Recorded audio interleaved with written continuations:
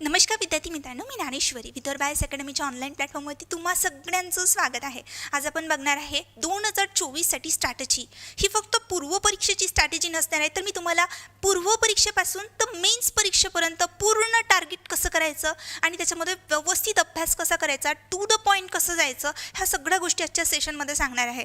आणि महत्त्वाचं काय आहे, ईच अँड एव्हरी टॉपिक मी कसं सांगते, डिस्कस कसं करते, फक्त तुम्हाला वहीमध्ये लिहून ठेवायचं. आता सगळ्यात पहिले बघताना मी काय सांगते, तुम्हाला पूर्व परीक्षेमध्ये 2023च्या कुठली परीक्षा ही कंबाईनची की कुठले टॉपिक आले होते, तर महत्त्वाचे याच्यामध्ये 8 टॉपिक आले होते. ओके, या 8 टॉपिकमधून तुम्हाला टोटली 9 क्वेश्चन तुम्हाला विचारण्यात आले होते बुद्धिमत्तावर. ओके, हे 9 क्वेश्चन कशाचे आहे, बुद्धिमत्ताचे आहे. आणि बघा याच्यामध्ये अगदी सिंपल टॉपिक आहे आणि या प्रत्येक टॉपिकवरती मी तुम्हाला शॉर्ट ट्रिक दिली होती की नाही, म्हणजे सगळे क्वेश्चन जमण्यासारखे होते, ॲज इट इज पॉसिबल होते. आणि कट ऑफ तर खूपच कमी लागला होता. आणि आपल्याला याचा विचार नाही करायचा आहे, आपल्याला परीक्षेसाठी विचार कसा करायचा तो सगळ्यात पहिले आपल्याला बदलवता आला पाहिजे. मग विचार करत असताना सगळ्यात पहिले करायचं आहे की मला रिझनिंग आताच अभ्यास करायचा आहे. आता माझ्याकडे भरपूर वेळ आहे, मला मुख्य परीक्षा मला पास करायची आहे आणि त्या टार्गेटनं मला रिझनिंगचा अभ्यास करायचा आहे. कारण की रिझनिंग इथेसुद्धा आहे आणि रिझनिंग तिथेसुद्धा आहे. मग 9 क्वेश्चन कुठे आले होते, पूर्व परीक्षेमध्ये आले होते. आणि 10 क्वेश्चन रिझनिंगचे कुठे आले होते, मुख्य परीक्षेमध्ये आले होते. तर बघा, हे जे टार्गेट आहे ते अचीव झालं पाहिजे. आणि अगदी सोपी क्वेश्चन आले होते. जर तुम्ही 10 क्वेश्चन म्हणताय 20 मार्क याच्यातूनच अचीव करू शकता.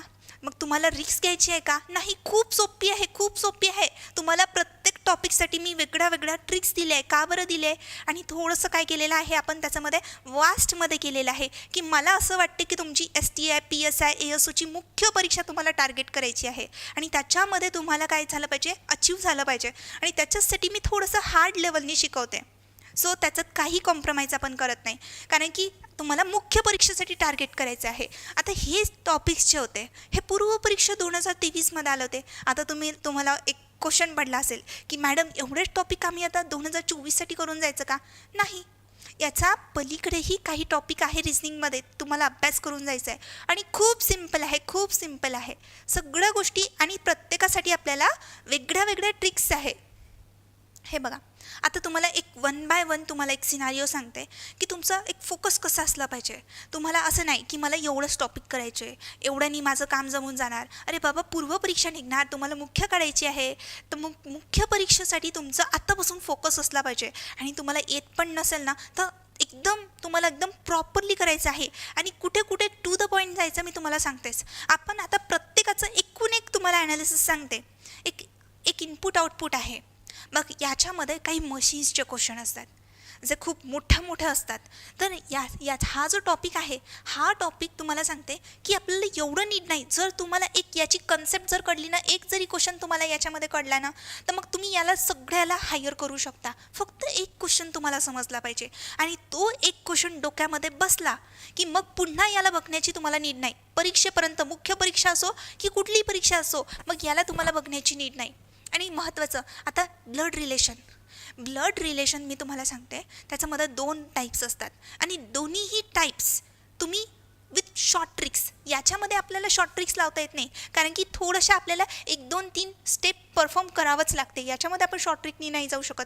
पण याच्यामध्ये अशा शॉर्ट ट्रिक्स आहे की ज्याच्यामुळे आपण अगदी काही सेकंदातच, मी असं म्हणत नाही की 2-3 सेकंदात निघणार, नाही, 2-3 सेकंद नाही लागतील, आपल्याला थोडंसं अर्धा मिनटं वगैरे लागेल. तर हा तुम्ही टॉपिक एक व्यवस्थित करून ठेवायचा, नातेसंबंध. आणि त्याच्यानंतर सिटिंग अरेंजमेंट, प्रत्येक परीक्षेला तुम्ही बघून घ्या, सिटिंग अरेंजमेंटवरती प्रश्न असतो. खूप VVIMP ह्यालाही महत्त्वाचं करायचं. आणि सिटिंग अरेंजमेंटमध्ये एवढंच आहे का, नावापुरतं आहे का, नाही, त्याच्यामध्ये 4 टाईप आहे सिटिंग अरेंजमेंटमध्ये. म्हणजे बघा, म्हणजे राऊंड शेपमध्ये आहे, एकमेकाच्या समोरची आहे, एकमेकाच्या असे, आणि हे बघा एका लाईनीमध्ये बसतात. म्हणजे अशा सगळ्या टाईपचे क्वेश्चन तुम्हाला सिटिंग अरेंजमेंटमध्ये करून जायचे आहे. आणि VVIMP मी तुम्हाला सांगते, हा टॉपिक तुमच्यासाठी VVIMP आहे. प्रत्येक परीक्षेला दरवर्षी एक क्वेश्चन असतोच. आता डायस झालं. डायसमध्ये तुम्हाला एकदम शॉर्ट ट्रिक आहे. सो डोंट वरी, त्याच्यामध्ये तुम्हाला काही टेन्शन नाही आहे. फास आहे म्हणजे डायस, त्याच्यामध्ये 2-3 टाईप येतात. त्याच्यामध्ये सगळ्यांमध्ये आपल्याकडे शॉर्ट ट्रिक आहे आणि तुम्हाला शॉर्ट ट्रिकनीच शिकवलं आहे मी सगळ्या गोष्टी. मग त्यानंतर डायरेक्शन हा पण एक खूप जास्त इम्पॉर्टंट टॉपिक आहे, एक डायरेक्शन. त्याच्यानंतर वेन डायग्राम यावर्षीच येऊन गेला 2023ला पूर्व परीक्षेमध्ये. मग आणि त्याच्यानंतर पझल्सवरती पण एक क्वेश्चन येतोच, मुख्य परीक्षेला येतो, मुख्य परीक्षा प्रिलिमला पण येतो, मुख्य परीक्षेला पण येतो. आकृत्यांची संख्या मोजणे पण कधी येत नाही, पण यावर्षी त्यांनी टाकलेला होता. त्याच्यामध्ये चेस बोर्डचा त्यांनी क्वेश्चन टाकला होता. आकृत्यांची संख्या मोजणे याला पण करून जायचं, कोणालाच निग्लेक्ट करायचं नाही. याच्यावरती तर येतोच वयवारी. घड्याळे हा एक टॉपिक मी तुम्हाला सांगते, जरी आपल्याला असं वाटत असेल क्लॉकवरती खूप सोपी क्वेश्चन येणार, पण हा जो टॉपिक आहे याच्यावरती टाईम कन्झ्युमिंग काही याच्यासाठी आपण शॉर्ट ट्रिक लावू शकतो. पण मी स्वतः सांगते आहे की काही क्वेश्चनसाठी आपण शॉर्ट ट्रिक लावू शकत नाही. याच्यासाठी फुल्ली तुम्हाला कन्सेप्च्युअली जावं लागतं. म्हणजे याचे जर घड्याळाचे कन्सेप्ट तुमचे एकूण एक क्लिअर असतील तरच तुम्ही तो क्वेश्चन वेळेवरती सॉल्व करू शकता, नाहीतर तुम्हाला 2-3 मिनटं लागणार. म्हणून सांगते याला आपल्याला एकदम डीपली करायचं आहे. या बाकीच्यापेक्षा जेवढे टॉपिक आहे ना, हा खूप हार्ड आहे. स्पेशली घड्याळ खूप जास्त, आणि त्याला खूप जास्त तुम्हाला व्यवस्थित टाईम द्यायचा आहे. मी तुम्हाला जिथे जिथे सांगते तिथे तसं मार्क करून ठेवा तुम्ही, म्हणजे तुम्हाला कामात येईल की आपल्याला घड्याळ एकदम. तुम्ही क्वेश्चन पण बघा, प्रिव्हियस इयर क्वेश्चन की तुम्हाला किती जास्त टफ विचारले आहेत. मेन्सचे क्वेश्चन बघा, पूर्वपरीक्षेचे क्वेश्चन बघा, खूप हार्ड आहे. दिनदर्शिका हा सोपी आहे, हा एकदम होऊन जाते तुमचा. एका दिवसात जरी तुम्ही बघून घेतलं ना तर एक होऊन जाते. मग त्यानंतर कोडिंग डिकोडिंग हे पण सोपी आहे. खरे खोटे बोलणार आहे याच्यासाठी मी सांगते तुम्हाला शॉर्ट ट्रिक कशी लावायची बायनरी लॉजिकमध्ये. आणि महत्त्वाचा हा राज्यसेवेला येतो. आणि हे सगळे टॉपिक कवर करत असताना मी काय करते, तुमचे राज्यसेवाचे क्वेश्चन लावून घेते. का बरं लावून घेते की मला माहीत आहे राज्यसेवाची एकदम पातळी अशी आहे आणि तुम्हाला मुख्य परीक्षा इकडून द्यायची आहे, कंबाईनची मुख्य परीक्षा द्यायची आहे. आणि राज्यसेवाचे जर तुम्ही सगळे क्वेश्चन लावून जात असेल तर तुम्हाला मुख्यसाठी तुमचं काय होतं, मेन फोकस होता. मग त्याच्यामुळे मी तुम्हाला जास्तीत जास्त राज्यसेवाच्या क्वेश्चनवरती भर द्यायला सांगते आणि मुख्य परीक्षेचे तर आपण करूनच घेत असतो. सो डोंट वरी. हां, तर आता आपण नेक्स्टवाला बघू. हां, याच्यामधले मी तुम्हाला सांगते. सिलॉगिझम खूप महत्त्वाचा टॉपिक आहे आणि तुम्हाला मी सांगते कुठलाच टॉपिक स्किप करायचं नाही. प्रत्येक टॉपिकला इक्वल वेटेज द्या, म्हणजे तुम्हाला मीन्समध्ये स्कोअर करणार.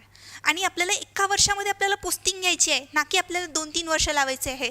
व्यवस्थित सिलेबस कव्हर करा, रोज एक टॉपिकला वर्कआउट करा आणि सगळं व्यवस्थित होणार. आणि याच्यापैकी एक तर क्वेश्चन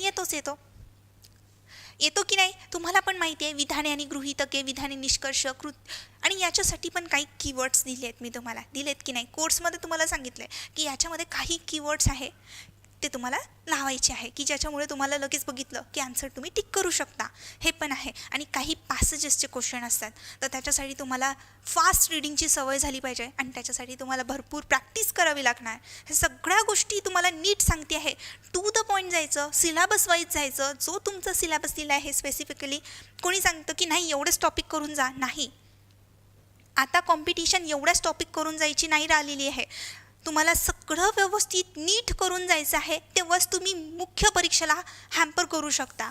मी तुम्हाला आत्तापासून का सांगते आहे, कारण की आता आपल्याकडे तेवढा वेळ द्या, स्वतःला द्या आणि इम्प्रूव्ह करा. प्रत्येक गोष्ट तुम्हाला आलीच पाहिजे, यामधला एकही टॉपिक सोडायचं नाही. आणि खूप सोपी आहे. प्रत्येकामध्ये आपण शॉर्ट ट्रिक लावतो, तर त्याच्यामुळे तुम्हाला काही हेच नाही होत. मग बघा, आता याच्यामध्ये नंबर सिरीज आहे, वर्णमालिका आहे. मग याच्यामध्ये तुम्हाला हेच सगळे टॉपिक दिसत आहे, मॅडम एवढे सगळे टॉपिक करायचे आहेत का? तर बघा, एक गोष्ट लक्षात घ्या, तुम्हाला हे जे 4 टॉपिक आहे, हे 4 टॉपिक तेव्हा तुम्हाला येतील जेव्हा तुमचे हे 2 टॉपिक क्लिअर होतील. जर तुम्हाला अंकमालिका आणि वर्णमालिकेचे बेसिक्स येते तर तुम्हाला हे तर एकदम एका दिवसात तर तुम्ही 4ही टॉपिक करून घेऊ शकता, त्याच्यात काहीच फॉल्ट नाही आहे. फक्त याच्यावरती तुम्हाला मेहनत घ्यायची आहे. अंकमालिका, आता कोणाला वाटत असेल की अंकमालिका वर्णमालिका खूप सोपी आहे, पण जेव्हा पेपरमध्ये क्वेश्चन येतो ना तेव्हा तिथं लागतात तुमचे.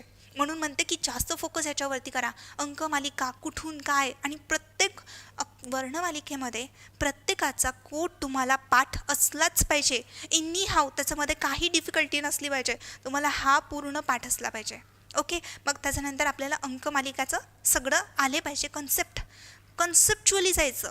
मी तुम्हाला सांगते, नाही वरवर बघितलं आणि झालं 1-2 सेशनमध्ये नाही. आपल्याला प्रॅक्टिस करायचं आहे, रिकॉल करायचं आहे, रिवाईज करायचं. आणि याला सगळ्यांना एका दिवसामध्ये हे होऊन जातात. फक्त तुम्हाला याला फक्त फोकस करून बघा.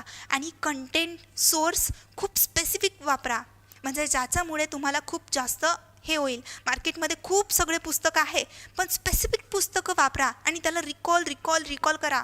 कन्सेप्ट वापरा आणि त्याच्यामध्ये शॉर्ट ट्रिक लावा. प्रत्येकामध्ये शॉर्ट ट्रिक असतो. आणि मॅथ्स रिझनिंगमध्ये जर तुम्हाला शॉर्ट ट्रिक माहिती असेल तर तुम्ही पूर्ण पेपर तुमच्या हातामध्ये असतो. तुम्हाला 10 क्वेश्चन येऊ दे आणि कितीही हार्ड आले ना, तुमच्याकडे शॉर्ट ट्रिक आहे ना, लावून टाकणार तुम्ही. 20 मार्क घेऊनच येणार. म्हणून सांगते की शॉर्ट ट्रिककडे थोडंसं फोकस करत जा. की नाही मग मला जनरल मेथडनी जायचं आहे, नाही असं नाही करायचं. आणि हे तर काहीच नाही. हे तुम्ही आकृतीचे जे क्वेश्चन आहे 2 तास जरी दिले ना, 2 तासामध्ये हा पूर्ण सिलेबस कवर होतो. तुम्हाला जरी सिलेबस दिसत असेल ना, फक्त 2 हावरमध्ये सगळं सिलेबस कवर होतो. एकदम सिम्पल टॉपिक्स आहे. पण तुम्ही जर याच्यामधला एखादा क्वेश्चन आला, ओके, सपोज करा की याच्यामधला एखादा क्वेश्चन आला आणि तुम्ही तो बघूनच नाही गेले, तर तुम्हाला येईल का? नाही. खूप सोपी आहे आकृती शृंखला. मग याच्यामध्ये इमेजेस असतात, मग ते सॉल्व करायचे आहे. मग त्याच्यानंतर आकृती सहसंबंध, विसंगत आकृती, म्हणजे एक सिम्पल क्वेश्चन आहे. आपल्याला सिलेबसला दिलं आहे ना, बघूनच जायचं, काहीच हरकत नाही. कारण की हे अगदी एका दिवसामध्ये तुम्ही याला हॅम्पर करू शकता. एवढ्या टॉपिकला तुम्ही एक नॉर्मल जरी स्टुडंट असेल ना, जरी तुम्हाला दिसत आहे की तुम्हाला नाही एवढं मोठं आहे का टॉपिक, नाही, अरे खूप सोपी आहे, तुम्ही बघून तर बघा. कारण की याच्यामध्ये हे बघा, लपलेली आकृती कशी शोधायची. जर तुम्हाला एक कन्सेप्ट कळला ना, म्हणजे कन्सेप्ट तुम्हाला याच्यामधले फक्त काय उचलायचे आहे, हे पूर्ण आकृत्या लावायचे का नाही, फक्त कन्सेप्ट शोधायचे. आता याच्यामध्ये काही शॉर्ट ट्रिक वगैरे नसतात. मग आपल्याला आकृती बघूनच त्याच्यामध्ये आपल्याला करावं लागते.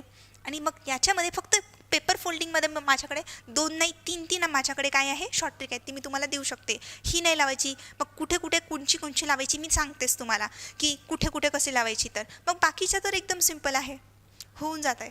काही टेन्शन घ्यायचं नाही. फक्त काय करायचं, फोकस घ्यायचं की मला पूर्ण अभ्यास करून जायचा आहे. हा मोठ असला पाहिजे की ना की मला फक्त महत्त्वाचे टॉपिक करून जाऊ दे. नाही, पूर्ण टॉपिक करून जा. तुमचा पेपर तुमच्या हातामध्ये असेल. आपल्याला मेन्ससाठी खूप मेहनत घ्यायची आहे आणि त्याच्यासाठी मी तुम्हाला सांगत असते. आणि सगळ्यात जास्त वर्क कुठे करायचं, तर हे तर खूप सोपी आहे. हे पण सोपी महत्त्वाचे आहे हे टॉपिक. या टॉपिकवरती तुम्हाला खूप जास्त फोकस करायचा आहे. जर तुमचा फोकस या टॉपिककडे जास्तीत जास्त ठेवायचं आणि रोज या टॉपिकला वाचत चला. आणि हा जो टॉपिक आहे विधाने आणि निष्कर्ष, याला बघत चला. एक क्वेश्चन येतोच आणि खूप थोडंसं माहिती आहे का, याच्यामध्ये टाईम कन्झ्युमिंग होतो. म्हणजे आपल्याला पूर्ण वाचावं लागतं. आपण शॉर्ट ट्रिक नाही देऊ शकत. काही कीवर्ड्स असतात, जर ते कीवर्ड्स नसले तर मग मला वाचावंच लागेल ना. मग तुम्हाला सगळं वाचून नीट करता आलं पाहिजे. त्यासाठी तुमची प्रॅक्टिस सेशन वाढवली पाहिजे. मग म्हणून मी सांगते की याच्याकडे तुम्ही जास्त लक्ष द्या. आणि सिलॉगिझम खूप जास्त इम्पॉर्टंट आहे. ओके, चला झालं. हे मी तुम्हाला सगळं सांगितलं आहे आणि सगळं सांगितल्याप्रमाणे अभ्यास फॉलोअप करा. मग तुम्हाला असं नाही म्हणत की माझाच कोर्स घ्यायला पाहिजे. महत्त्वाचं, खूप जण सांगतात की मॅडम आता आमची सरळ सेवाची परीक्षा आहे, तर हा कोर्स घेऊ का. मी तुम्हाला स्पष्टपणे सांगते की हा कोर्स फक्त कंबाईनवाल्यांसाठी आहे, राज्यसेवावाल्यांसाठी आहे. जर तुम्ही म्हणत असेल मॅडम मला सरळ सेवा द्यायची आहे, तर मी हा कोर्स घेऊ का, मी स्पष्ट म्हणेल नका घेऊ. कारण की याच्यामध्ये मी तुम्हाला खूप मेहनत करून घेतली आहे. मी तुम्हाला टार्गेट करायला सांगते की मला मेन्स द्यायची आहे.